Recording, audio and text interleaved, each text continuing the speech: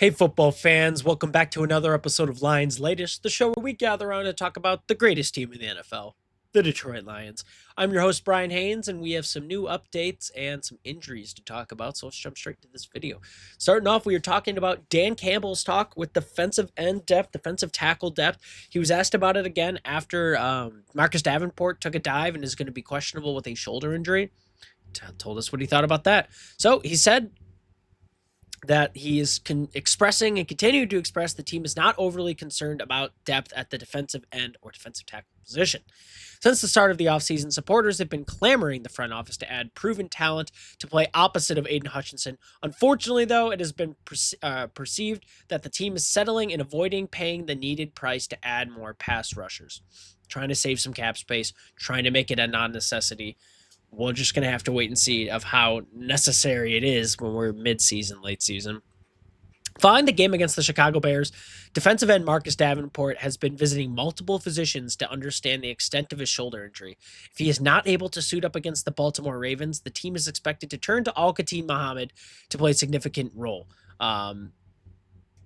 He has earned the trust of the coaching staff, and Dan Campbell has praised him repeatedly the past couple of weeks. Plus, we've seen what he's done in the training camp, and what we saw against last week with the Bears when he went in. Appearing on 97.1 The Ticket for his weekly radio interview, Dan Campbell was asked about his comfort level behind Davenport and shared another injury update on the team's starting defensive end. He said, quote, "Nothing new there. I mean, I'm probably not going to know until the end of the week.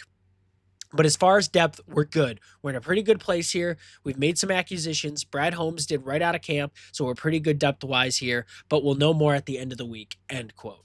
Currently, the team only has 3 proven defensive ends on their 53-man roster. Campbell alluded to the additions of defensive linemen Tyree Sweet, Tyler Lacey, but both are currently players that have appeared on the inactive list on game day. Muhammad, however, has kind of shown us he can do more and he can take that high responsibility role. He recorded 6 pressures this season and was able to secure a sack last game against the Bears. So he's productive. He's shown that he can get off the bench and he can heat up quickly and he can be productive for a team. I think that's what we really need out of our depth guys, and we've continued to talk about how we need that out of our depth guys. Somebody who isn't just there to fill a role, but when they're called upon, they can go in and make the plays. They can be the reason why we win games, right? That's an important part of a depth piece guy, to be ready to go win a game whenever you are called upon.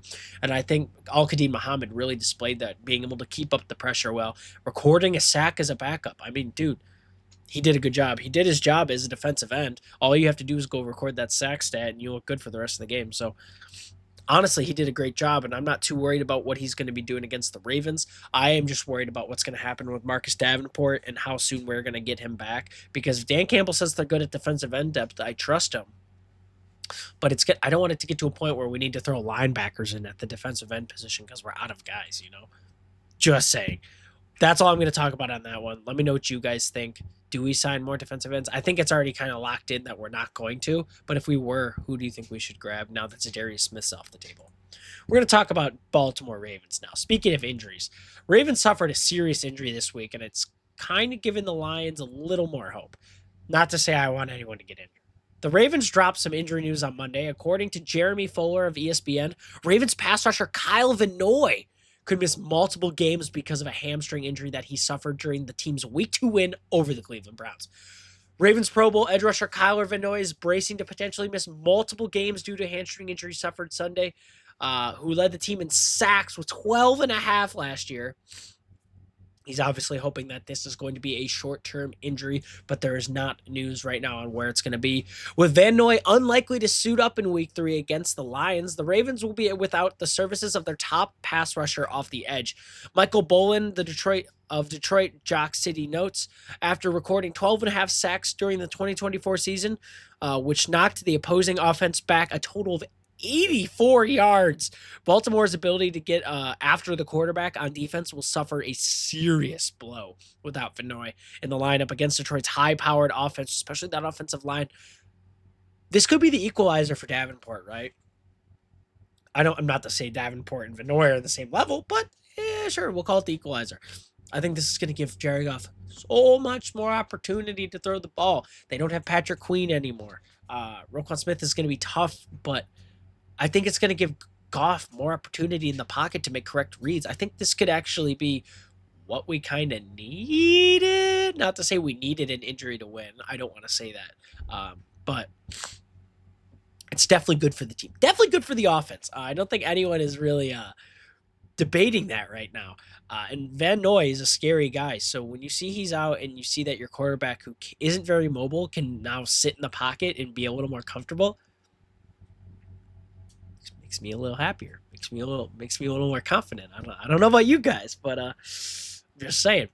I think this is I think this is going to allow Jared Goff to perform very well. We talked in the last video about if he could repeat the performance he had against the Bears, and I'm not sure if he could do that in this game, but him being Vanoy being out is definitely going to give him a better opportunity to. He's not going to have to worry about a guy who had almost 13 sacks last year coming after him every single play.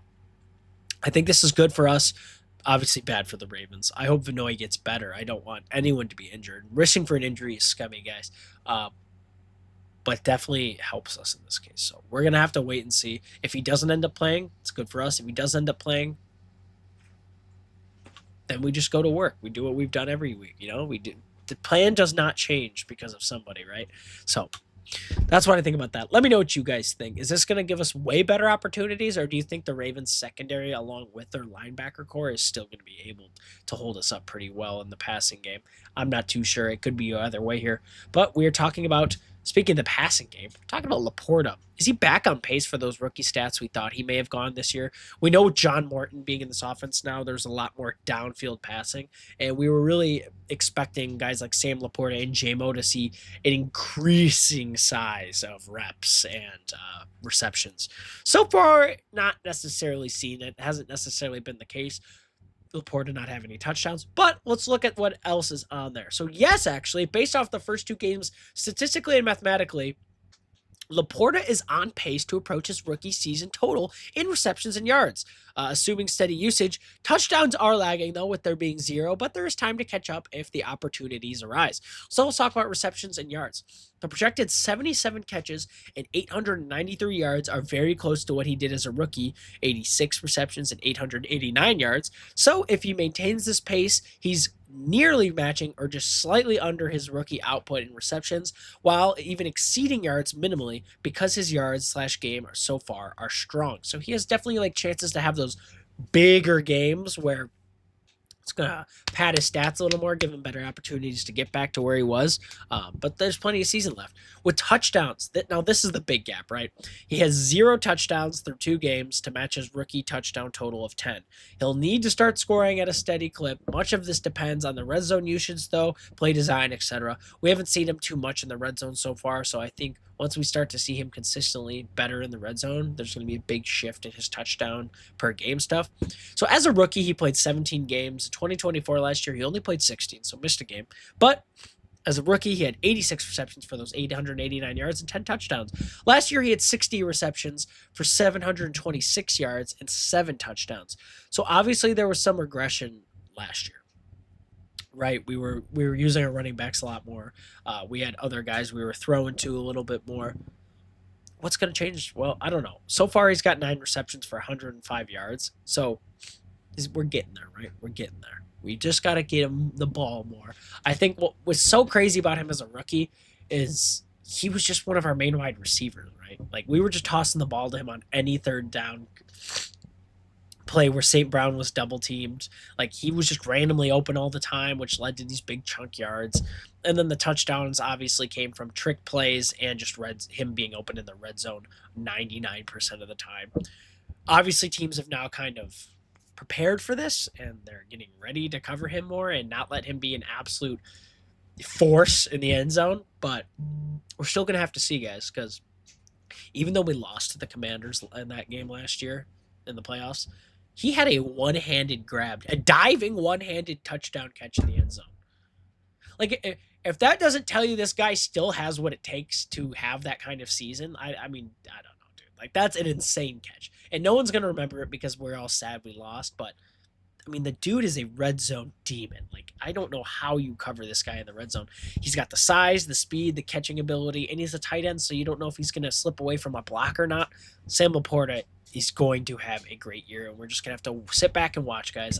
I'm telling you, this might be the year that he even breaks his rookie stats. We're just gonna have to see what he does and see how the rest of the games go. Let me know what you guys think about that, though. Less, more, the same.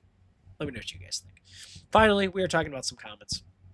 Starting with Brent DeWitt, says Branch penalty was a ticky tack. I think his reputation got him that flag. Also, the cheap shot by Darnell Wright was Bush League, trying to take out Hutch's leg. Dirty play for sure. See, I noticed that, Brent DeWitt, and I think a lot of people are saying, like, no, that's just the play you make. You got to wrap up. But you could see, like, the chop block. Like, it wasn't really a chop block. It was just a weird hit. It was an unnecessary hit on him. In the position it got him back where his back bent backwards, and then you could see him holding onto the ankle and twisting his leg. Like, you could tell. I mean, dude, it makes me it makes me so angry to watch that happen because I can't do anything about it. And I wouldn't be able to do anything about it if I was even there. These guys are twice my size.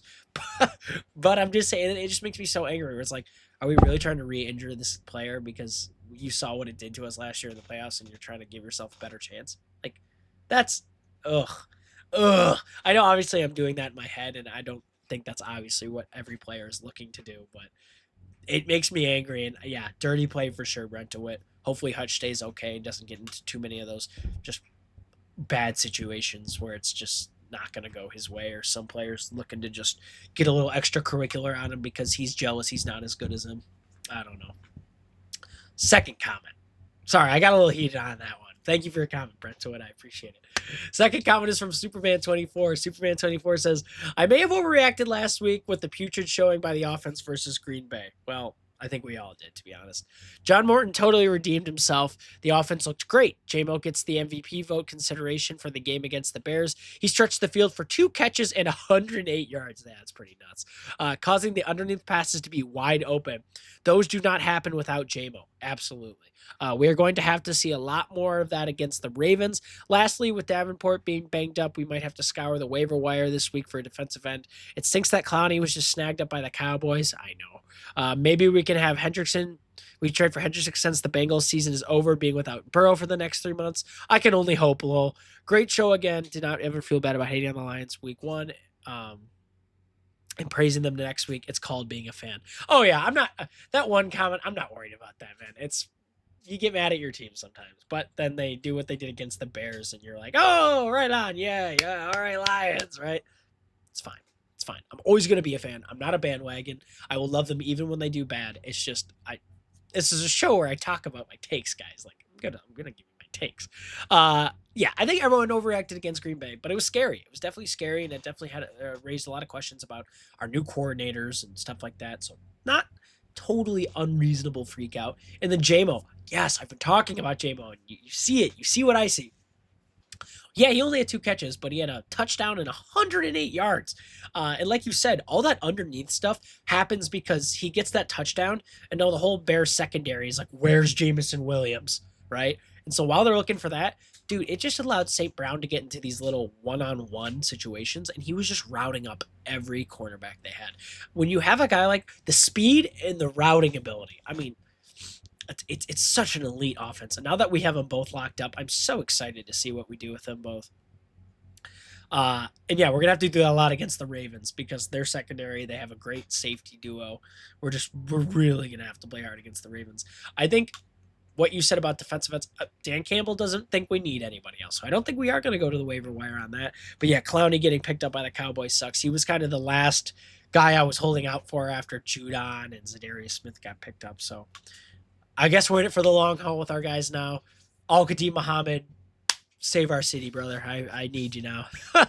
With that being said, we are out of time today. Thank you so much for watching this episode of Lions Latest. If you made it to this point in the video, tell me what you guys think. Pardon me. About our defensive end situation and whether or not we do need to make Dan Campbell go out and get somebody else. Currently, though, I have faith in Al-Qadim Muhammad. We're just going to have to see where it goes. Make sure you guys like, comment, subscribe, smash the bell so you never miss a video here. Enjoy the rest of your day, and I will see you in the next video.